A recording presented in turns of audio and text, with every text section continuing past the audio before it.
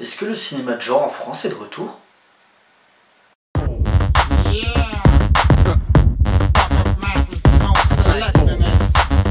Bonjour à tous, c'est Sinister Cube pour cette nouvelle émission.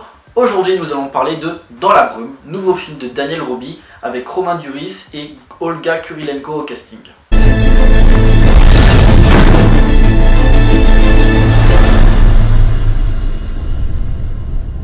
L'histoire: Mathieu, un père de famille, rentre sur Paris pour y voir sa fille et sa femme, son ex-femme, c'est pas trop, c'est un peu ambigu ces deux-là. Le jour où il revient, un tremblement de terre se déclenche dans Paris et va commencer à faire sortir une sorte de gaz toxique pour l'homme. Si tu respires ce gaz, tu meurs. Dès lors, Mathieu et sa femme Anna vont essayer de se mettre en sécurité en attendant les secours qui ne viendront pas. Le problème, c'est que leur fille a une maladie génétique qui fait qu'elle doit rester dans une sorte de chambre bulle stérile. Du coup, les parents de Sarah vont essayer de trouver un moyen de faire sortir leur fille de la bulle et essayer de trouver un endroit paisible où en tout cas le gaz n'a pas attaqué encore. Ça fait vraiment plaisir de voir un bon film de genre français. J'ai sorti de la salle, je me dis mais c'est français, ça fait plaisir. Et bon, pas entièrement français, le réalisateur Daniel Roby est québécois. Mais voilà, c'est produit par TF1, société de production française. Je suis sorti de la salle, je dis waouh! Enfin les studios français commencent à sortir les doigts et à essayer de proposer autre chose que des comédies familiales ou des drames chiants avec des gens qui ont envie de se suicider. Bah il serait temps quand même en 2018 hein. Non sérieusement ça fait plaisir de voir ça, le scénario est vraiment bon et traite le film de catastrophe de manière très intelligente. Il y a des retournements de situation qui sont vraiment bien trouvés, il y a de la tension, il y a du stress, il y a vraiment certaines scènes où justement ils sont à l'intérieur de la brume et t'es vraiment en tension permanente. Il y a une esthétique très recherchée au niveau des plans, je pense en particulier il y a une scène à un moment où t'as le couple qui doivent sortir pour essayer de trouver quelque chose pour leur fille justement. Et ils se font attaquer par quelque chose. Je vous dis pas ce que c'est, vous irez le voir. Et on a une sorte de long plan séquence. On voit du coup le couple qui est en train de courir et la chose qui les poursuit. T'as un long plan séquence qui leur suit. Bon, je pense qu'ils ont dû l'avoir fait numériquement parce que comme ça n'aurait pas été possible, ça va beaucoup trop vite. Et d'un coup, ils arrivent sur une rue. T'as le personnage de Romain Duris qui tombe. Donc qui tombe dans l'eau, et du coup tu as la caméra aussi qui fait 360 degrés comme si elle aussi tombait dans l'eau. C'est vraiment super, vraiment bien recherché, tu es vraiment en immersion dans la scène. Il y a un autre plan aussi qui dure pas très longtemps mais qui m'a marqué. À un moment tu vois le personnage de Romain Duris, donc ils sont au dernier étage. Bon, je dis pas le film a quelques facilités scénaristiques comme par hasard, le couple sont au dernier étage comme par hasard, la brume s'arrête à cet étage là. Hein, tu peux pas faire mourir les persos au bout de 15-20 minutes. Et du coup en fait tu vois le personnage de Romain Duris, Mathieu, il prend une sorte de tuyau pour essayer de grimper pour voir comment ça se passe dans le reste de la ville. Et t'as une sorte et t'as la caméra qui un peu comme en lévitation, qui commence à, je pense qu'ils ont dû faire ça en grue, je sais pas, mais c'est vraiment bien trouvé où tu vois la caméra qui vole tout doucement pour suivre le personnage de Romain Duris en train de grimper, comme si ça avait une sorte de message pour montrer que il va se passer quelque chose, comme une sorte d'attaque divine en fait. Ça serait pas forcément scientifique mais qu'il y aurait autre chose. Ça c'est après, c'est à vous d'interpréter ça, mais chacun est libre. Il y a aussi une esthétique plutôt intéressante au niveau des plans. Il y a des beaux plans larges pour bien mettre en valeur la brume et montrer le danger. Je pense en particulier au moment où tu as le tremblement de terre et du coup tu as le personnage de Mathieu qui sort pour voir ce qui se passe, et d'un coup tu vois des gens qui sont en train de courir et d'un coup tu as un plan où tu le vois comme ça figé et après tu vois derrière lui en plan un peu en plongée où tu vois la brume qui débarque et le plan est vraiment imposant, il est vraiment bien fait et voilà, t'es vraiment en tension quand tu vois ça. Il y a un jeu de couleurs qui est plutôt intéressant aussi où la brume a une sorte de couleur un peu brun orangé et du coup ben, ça fait augmenter un peu la tension parce que justement du coup quand tu sors ben, à cause de la couleur qui a ce gras là en fait tu vois pas grand chose devant toi, donc du coup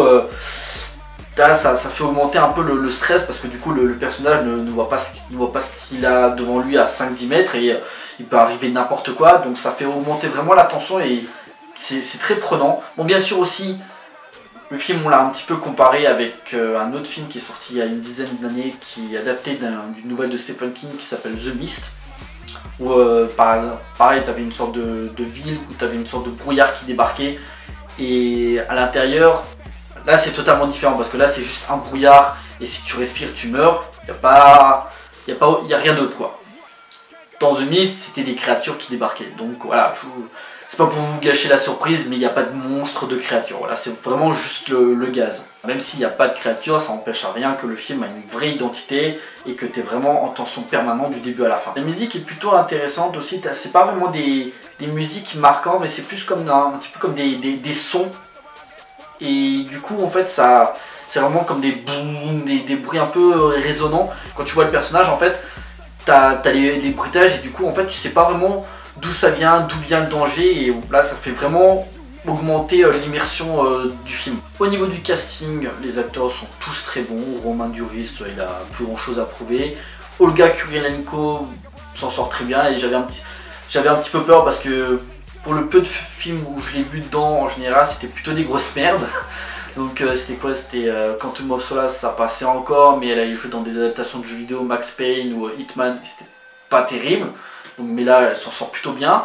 On a aussi la petite jeune Fantine Ardouin, donc, qui joue la fille Sarah, donc, qui est dans la bulle, qui joue très bien. Franchement, elle a 12 ans et une future star peut-être. Et ou encore le petit vétéran Michel Robin, 80 balais, et voilà qui... Au moment où tu as le couple qui débarque au dernier étage, en fait, Michel Robin est avec avec sa femme, donc un vieux couple, et donc qui les héberge en attendant des secours. Et voilà, il a un rôle assez secondaire, mais il s'en sort très bien. Pareil, sa carrière est derrière lui. Mais voilà, au niveau du casting, j'ai pas grand chose à dire, ils sont tous très bons. J'ai pas grand chose à rajouter. Est-ce que j'ai quelque chose à rajouter? La brume est bien faite, visuellement les effets spéciaux sont bien faits, t'es vraiment en immersion dans le film dure 1h30, je les ai pas sentis passer, le film est vraiment bien rythmé, il est bien géré au niveau des scènes de tension, voilà, j'ai pas grand chose à ajouter de plus. D'ailleurs en parlant du réalisateur, donc je crois que c'est son 6e film, je vous conseille aussi son film qui est sorti en 2011, je crois que c'était son 3e, Funky Town, qui se passe à Montréal. Où en fait, de 77 à 82, en fait c'était l'époque du disco, où en fait Montréal était la 2e grosse ville du disco avec New York, d'où le nom de Funky Town. Et voilà, je vous conseille, si vous aimez un petit peu les films qui traitent un petit peu de la musique, allez le voir, c'est vraiment un bon film. Alors du coup, une question me vient à l'esprit. Est-ce que depuis l'année dernière et le gros succès un petit peu de Grave, qui a gagné à Strasbourg, Gérardmer, qui a même été nominé au César, et en ce moment le succès aussi de Ghostland qui fait un petit peu son effet là, je sais pas si c'est parce qu'il y a Mylène Farmer en tout cas.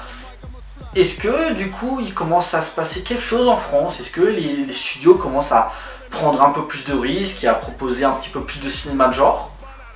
Est-ce que les choses vont bouger par la suite? Plus de films d'horreur, de science-fiction, de fantastique en France? Si c'est ça, ben, en tout cas les studios français prennent le bon chemin et ça me fait vraiment plaisir. Parce que ben, le cinéma, c'est pas juste des comédies, des polars et quoi que ce soit. Voilà, il y a le cinéma de genre, enfin le film d'horreur, tout ça. Il y a un public en France. Quand je vais à Gérardmer, à Strasbourg ou quoi que ce soit, c'est tout le temps complet. Cette année j'étais à Gérardmer, il y a eu 20 000 personnes qui sont venues. Donc il y a un public pour ça. Et ils en demandent. Donc, est-ce que les demandes se sont fait entendre au studio? J'ai l'impression que oui. En tout cas, ça me fait plaisir. Donc, on verra par la suite si les choses vont bouger. Messieurs, dames, en conclusion, je suis vraiment content d'avoir vu ce film. Film français qui propose ce type de cinéma. Il faut vraiment soutenir. Donc, je vous conseille fortement d'aller voir Dans la brume. Voilà, cette émission est à présent terminée, j'espère que ça vous a plu, n'hésitez pas à liker, à partager auprès de vos amis si vous en avez. On se retrouve pour une prochaine vidéo, d'ici là, portez-vous bien, allez au cinéma, ciao.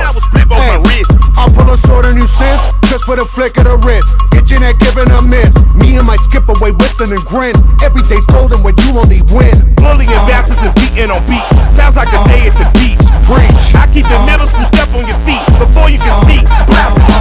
We move from one on ones, you think I'm me. You think I'm lying, you right, see my teeth.